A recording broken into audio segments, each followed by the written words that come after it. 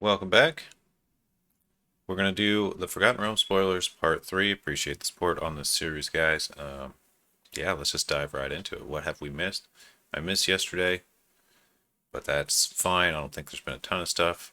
All right, here we go. Here's the new stuff. What is this? Circus Druid? Oh, Druid of the Moon Circle. We got a 3 CMC 2/4 common. Where's this text? When it's your turn, it's a 4/2 bear. Okay, well, interesting card. Flips back and forth a little bit. We got check for traps. A 2 mana sorcery. Target opponent reveals their hand. Choose a non-land from it. Exile that card. If it's an instant card with flash, if an instant card or a card with flash is exiled in this way, they lose 1 life. Otherwise, you lose 1 life. A little 1 life thing is not too big of a deal, but exiling a non-land card for 2 mana is not bad. That's a nice little discard spell. Ooh, there's the Eye of Vecna. I've been waiting to see this. Oh, and we got the Hand of Vecna. We're going to look at both of them. Oh, sweet. All right. Eye of Vecna. 2 mana legendary artifact. That picture's creepy. All right. When Eye of Vecna enters the battlefield, you draw a card and lose 2 life. Okay, at the beginning of your upkeep, you may pay 2. If you do, draw a card and lose 2 life. I don't know how I feel about this as an individual card. It seems meh.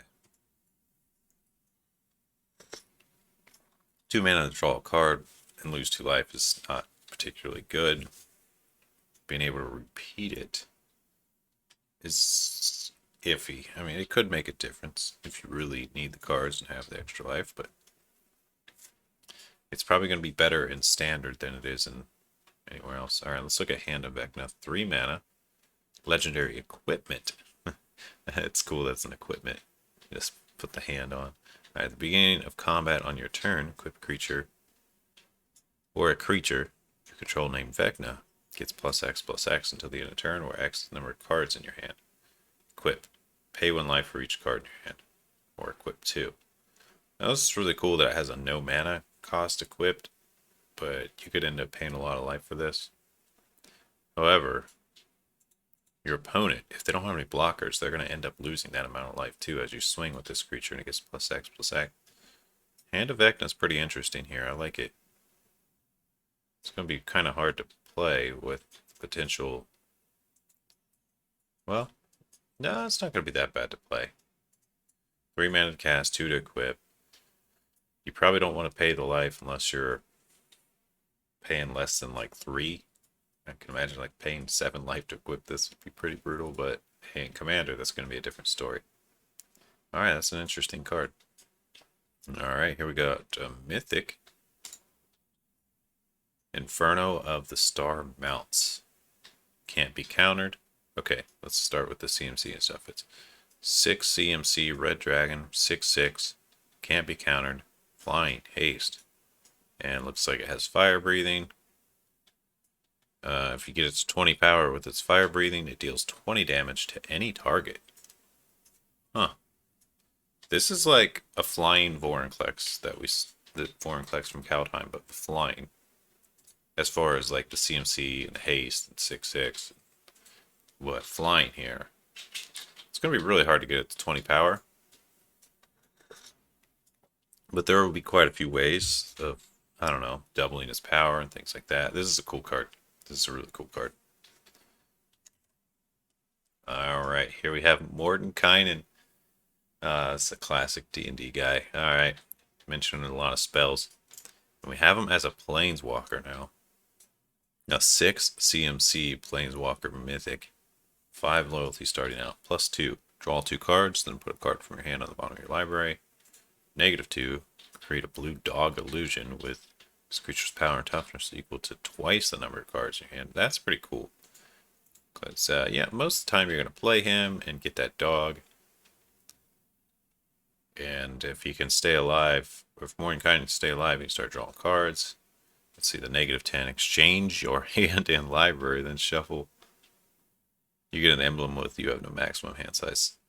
Wow. -10 to draw your deck is pretty crazy. Wow. Not bad. The immediate -2 to get a big dog that can block and protect more than kind. I love the dog's in the picture. Huh. Yeah, this is pretty cool. CMC's a little high for competitive play, but still really cool. Planeswalker. Plate Armor. An uncommon. 3 mana. Guess I don't need to click on these ones that are already English. 3 mana, artifact equipment. Equip creature gets +3/+3 and has ward 1. Equip 3. This ability costs 1 less to activate for each other equipment you control. Alright, that's pretty cool. If you're running an equipment deck, it could just equip for free. +3/+3 is pretty big. Ward 1 doesn't matter a whole lot. It could matter, but probably not. In most cases, if someone wants to remove the creature, figuring out 1 more mana to do so usually isn't too big of a deal, but it could make a difference. So, yeah, plate armor's alright for an uncommon. I don't think it's going to see much play, but it's cool. Alright, we got Wild Shape. Nice. 1 green mana instant. Choose 1. Until the end of turn, target creature you control that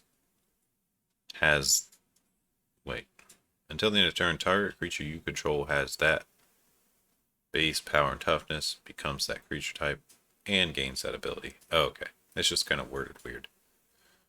You can make it a turtle with hexproof, a spider with reach, or an elephant with trample.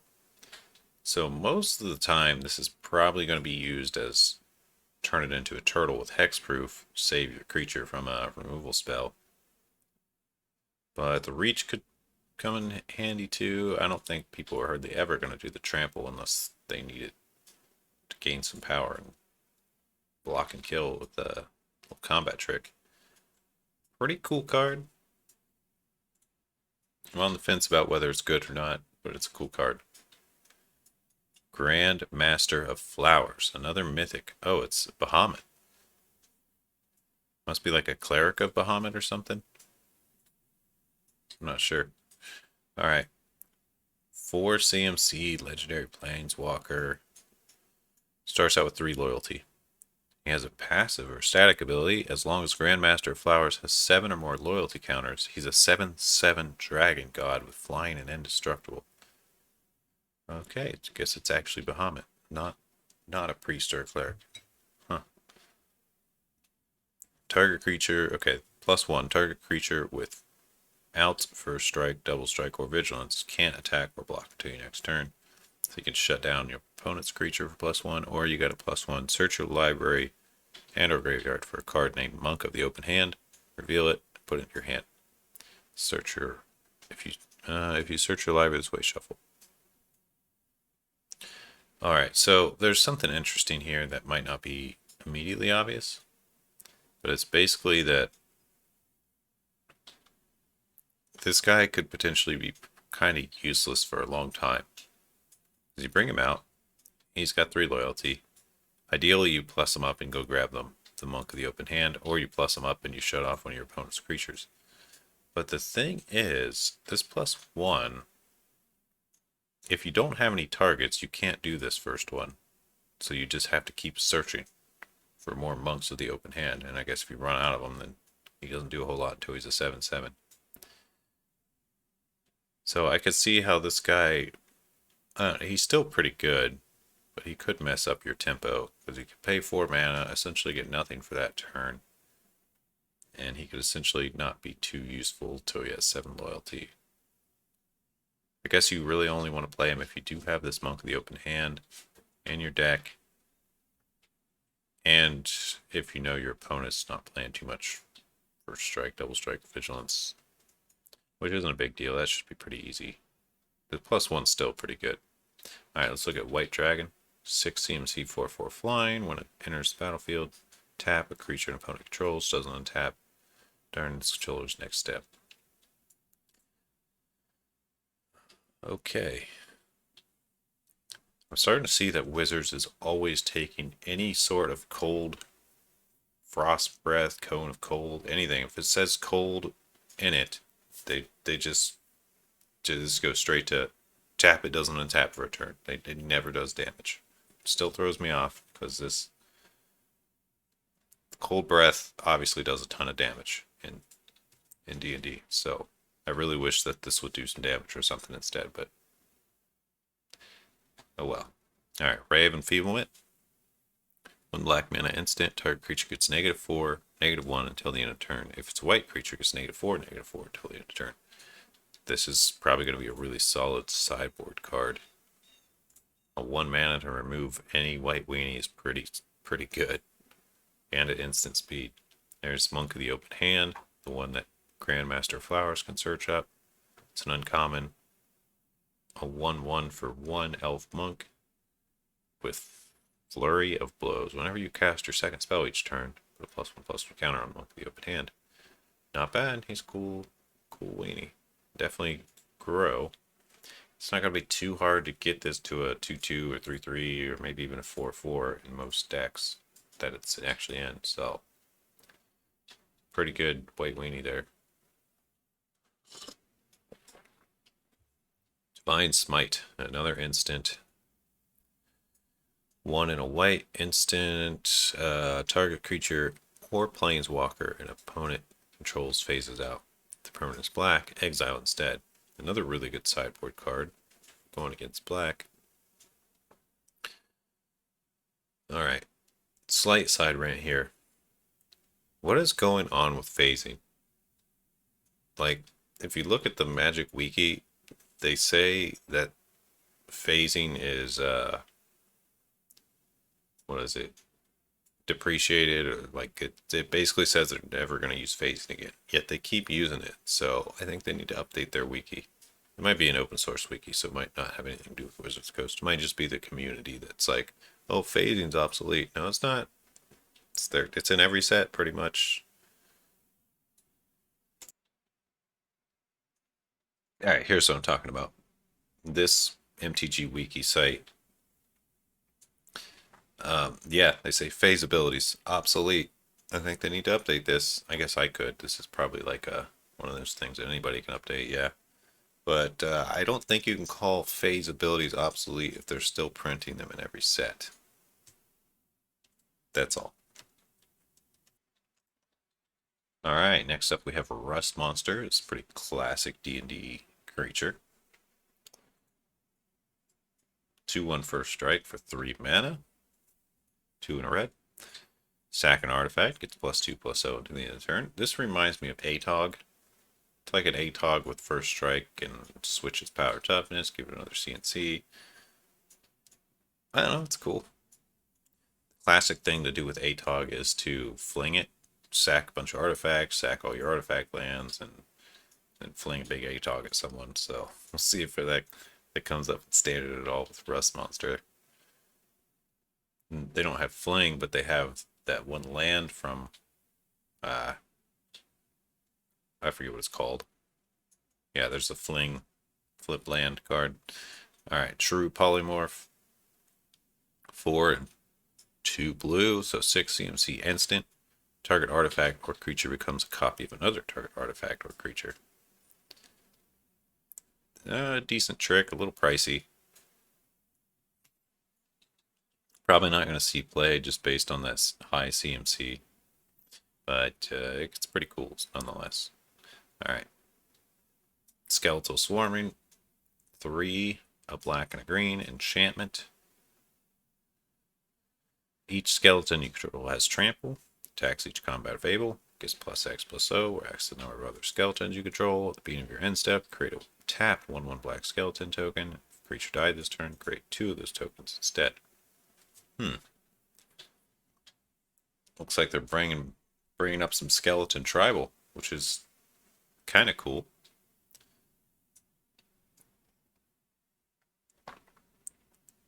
I don't know if this is actually that good, just based on the high CMC, but I guess if you have the proper skeleton tribal deck, or if you can just keep getting this value out of these skeletons creating, it could be pretty good as far as like mid to late game board state that just won't ever go away, which is, I guess, the point of a skeleton in the theory of I don't know, trying to think of the right word, but It's the trope. It's the trope. That's what I'm looking for. Oh, we got a mythic here. Let's see what we got. Acererak, black legendary creature, 3 CMC, 2 and a black. When Acererak enters the battlefield, if you've not completed Tomb of Annihilation, return it to its owner's hand and venture into the dungeon. Okay. So he's going to pair with Tomb of Annihilation, which we have not seen yet. But looks like it's basically going to be 3 mana to keep venturing. Alright, whenever Acererak attacks for each opponent, create a 2/2 black zombie token creature unless that player sacks a creature. Oh, and he's a 5/5. This guy seems pretty strong, especially once you've created Tomb of Annihilation. He's very strong. So, pretty cool. Hydra's Nest. It's a land, a green land. Okay, this is the green creature land. If you control 2 or more lands, it enters the battlefield tapped, so you want to play it early if possible.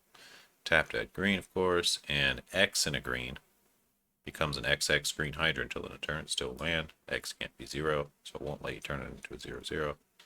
Pretty cool. Picture's really interesting.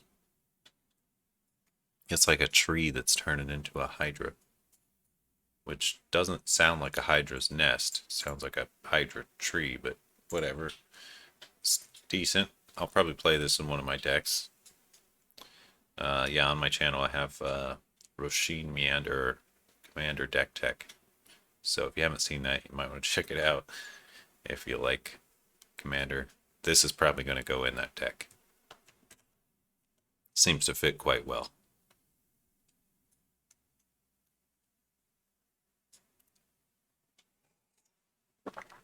Alright, and then we got Burning Hands. 1 in a red, instant, deals 2 damage to a creature planeswalker. If the permanent is green, Burning Hands deals 6 damage instead. Pretty good sideboard card for going against green. Green with their big creatures is often what red has a hard time handling, because you can burn down 2/2s, 3/3s, but once they play like a 5/5 or 6/6, it's like now it takes 2 spells. Burning Hands, if they're playing green, you could just hit it with 1 spell. So pretty good. Pretty good. Okay, so we've seen all the new cards. Yeah, the video before this, part 2, we started with Long Rest, so we've seen everything from here on this page. But we do have to continue on. Yeah, we've done all these in previous videos. To page 3. So we're going to hit page 3. And, okay, we've covered all these ones. Covered all these ones. We want to find where we left off here. Covered all these ones.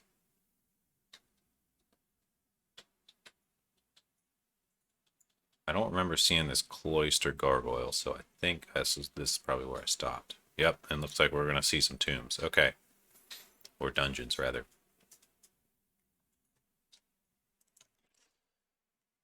Alright, Cloister Gargoyle. 2 and a white. When Cloister Gargoyle enters the battlefield or enters into the dungeon, as long as you complete a dungeon, Cloister Gargoyle gets +3/+0 and has flying. This isn't too bad. Because in theory, I still got to figure out how these dungeons work, but getting an 0/4 blocker while you're working on your dungeon thing is pretty good, and then he becomes a flyer once you're done. So it seems like it might be half decent here. A 3/4 flyer for 3 mana is good, and you get that venture, which you might need. Alright, let's check out these dungeons. Now, I think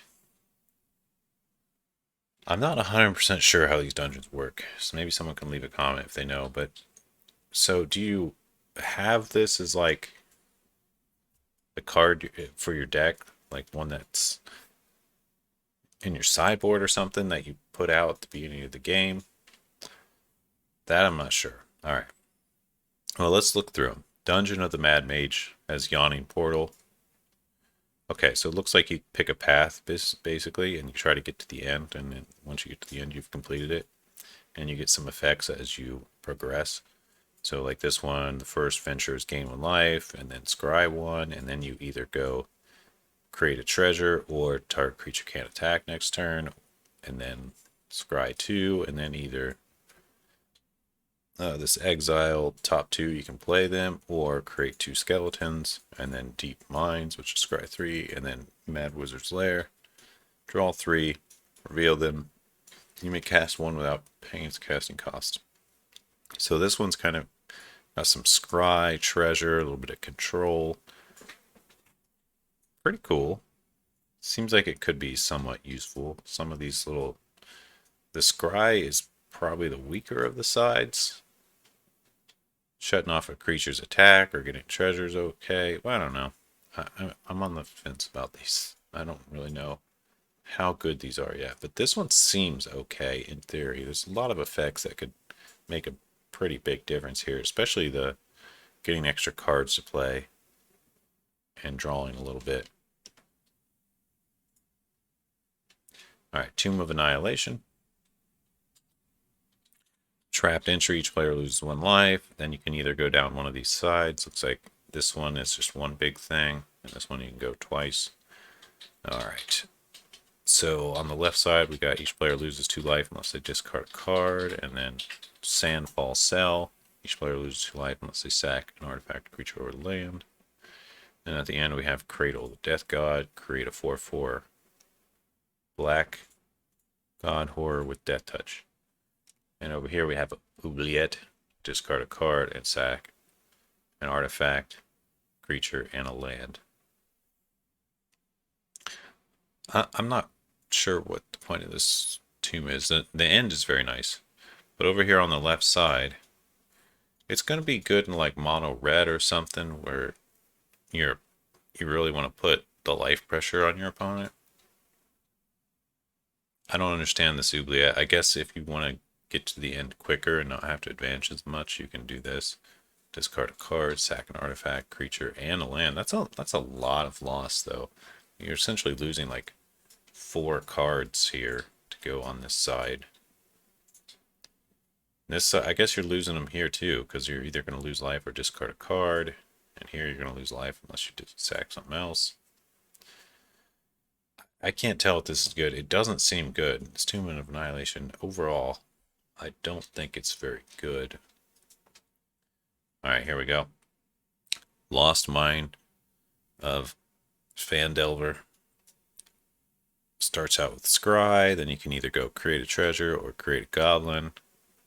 And it looks like if you create a goblin, you could potentially go to Storeroom, which is +1/+1 on a creature, or Dark Pool. Each opponent loses 1 life, you gain 1 life. And so if you want Mine Tunnels, you can go Dark Pool or Fungi Caven, which is target creature gets -4, -0 until your next turn. And then Temple of Doomethorn, which is draw a card. This doesn't seem good at all. Like the best thing on here, I think, is either the creating a goblin or the treasure. Scry's okay, draw all the cards, always good, of course. So it kind of replaces itself. That's not bad, but you have to go through like one, 2, 3, at least 4 ventures to even draw that card. Yeah, I can't tell if this is good. It doesn't seem very good. I've also noticed there's like no rarity symbol or anything on these, so I'm not sure how they come in packs or if they're just going to be a ton of them like token cards and you can always play them if you want. I'm not sure. We'll see, I guess. Okay, next we have a legendary planeswalker, Eliwick Tumblestrum. 2 in green. Starts out with 4 loyalty, +1 venture into the dungeon. Alright, there's an easy venture every turn on a planeswalker. -2, look at the top 6 of your library, reveal a creature, put it in your hand. If it's legendary, gain 3 life. Rest on the bottom. Okay, -7, you get an emblem with creatures you control have trample, haste, and +2/+2 for each differently named dungeon you've completed. Okay, so you can somehow do multiple dungeons. Do these pull from your sideboard whenever you start a venture? I'm still not sure. Alright, Gloomstalker. As long as you've completed a dungeon, Doomstalker is double strike.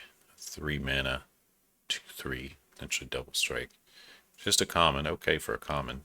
Shortcut Seeker, 3 and a blue. Human Rogue commons, a 2/5. Whenever it deals combat damage to a player, venture to the dungeon.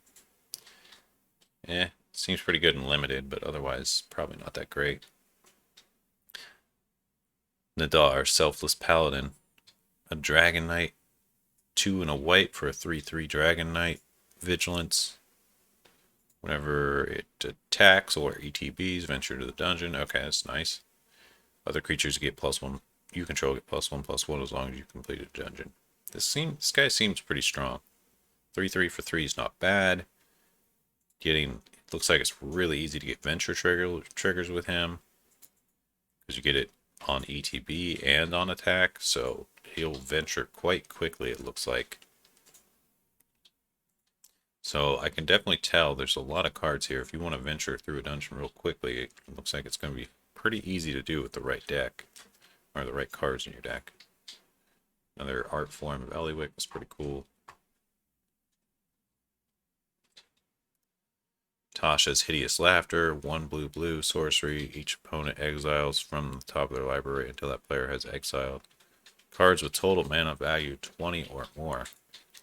Alright, well, this is great. I'm glad they're printing something like this, because this basically,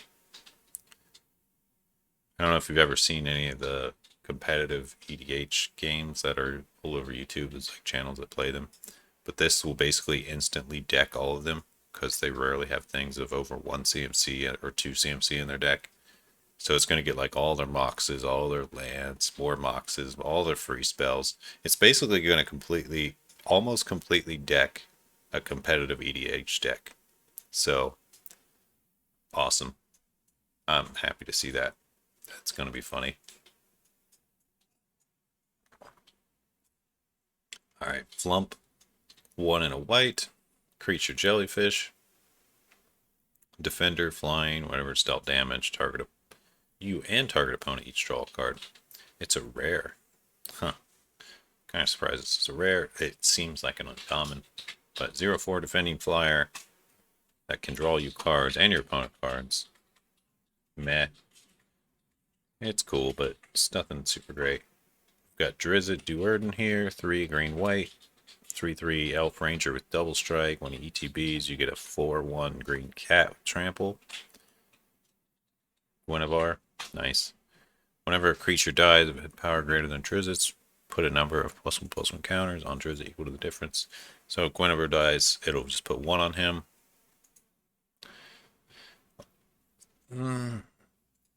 This is not bad. It has double strike. It's double strike. So you can think of him almost as like a 6/3. Yeah, I feel like this is pretty good. I don't know if it's like super good, but it's pretty good. Here we go. We got, Brunner Battlehammer. Nice. A 2 red and a white Dwarf Warrior. He's only uncommon. I feel like Brunner should be rare, but oh well. Okay, each creature you control gets +2/+0 for each equipment attached to it. You can pay 0 rather than pay the equip cost of the first equip ability you activate each turn. Alright. He seems pretty cool for Boros equipment deck. Someone you probably want to have, because you can bring him out, get some free equips going on. You get an additional bonus. And he starts out as 5/3. Not bad, not bad. Lolth, Spider Queen. This was spoiled a really long time ago, so I think we're to the original spoilers. I never went over these, so I'll go over them real quick. Lolth, 5 CMC Planeswalker. Whenever a creature you control dies, put a loyalty counter on Lolth. She starts out with 4. 0, draw a card, lose life. -3, create 2 black spiders with reach and menace. 2/1. 2/2/1 black spider creatures with menace and reach. -8, you get an emblem with whenever an opponent is dealt damage by 1 or more creatures you control, that player lost less than 8 life this turn, they lose life equal to the difference. Okay. That's a kind of weird emblem, but it looks like at minimum, as long as you get through, they lose at least 8 life if you have that emblem. So you could get through with a 1/1 death touch and make them lose 8 life or something. Or I guess in this case it'd be more likely to be these spiders. However, if you hit this -3, it's going to be hard to get her up to 8 loyalty, so. She's still not bad though. Bringing her out, getting a couple 2/1s with reach to protect her right away, and then starting to draw cards every turn and why you can protect her. Lolth seems okay. Seems pretty good. Vorpal Sword. 1 black mana for the Vorpal Sword equipment.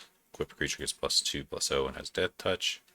Equipped for 2 black. You can pay 8. And whenever equipped creature deals damage to a player, they lose the game. Huh. I mean, that's a cool card. It's going to be really hard to use this last part, but it's still a game ender. So +2/+0 and Death Touch is a pretty big deal, though. So that's kind of cool. Tiamat. It's got every color in 2. Dragon God, 7/7, flying. ETB. If you cast it, search your library for 5 dragons, not named Tiamat. Put them into your hand. Yeah, this is obviously a bomb. Legendary. It's going to fit right in with the Dragon decks. Alright, we got Prosperous Innkeeper, 1 in a green, 1/1 halfling citizen. When he enters the battlefield, create a treasure. Nice. Whenever another creature you control enters the battlefield, gain a life. Not bad. Power word kill. 1 in the black, instant. Destroy a non-angel, non-demon, non-devil, non-dragon. Nice removal card. Portable Hole. 1 white artifact. When it ETBs, exile a non-land with mana value 2 or less till Portable Hole leaves. This is hilarious because yeah, portable holes are just so much fun in D&D. There's so many creative things you can do with it. And it's funny that usually when you think of a portable hole, like at first, it's like, oh, I can transfer my own stuff around, kind of like a bag of holding. But the most clever of the things people do always involve like messing with whatever's going on, like capturing a goblin or something. So yeah, the mana value 2 or less is pretty funny. Fits well. All right, looks like we're up to the lands. I'm not gonna do too much about the land. I guess I'll comment on the art. Plains looks nice. I see they're doing quotes on them now. Interesting little whirlpool thing on the island. Green looks like an elf village or something. Pretty cool. Or an elf town. Mountain. Pretty cool. I guess it's like a dwarf fortress or something. The swamp here. Looks like an old crypt. That's kind of cool. Not sure what's going on with the forest. Oh, another forest. Huh. Is that like another elf thing? No, this is like an Underdark forest. Huh. I didn't know there were forests in the Underdark. Another forest. Mountain. Yeah, just basic lands. I guess there's not a whole lot to say. I like this swamp art here. This mountain's okay. This island's pretty cool with the ships. Oh, this is Waterdeep. It's like the Waterdeep. Oh, you can see Waterdeep in the background there. This is probably going to be the most valuable island just because Waterdeep.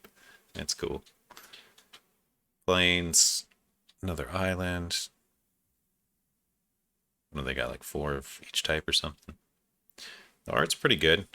The context of the just giving you some context with the quotes is actually kind of nice, I think, since it's a themed set. So,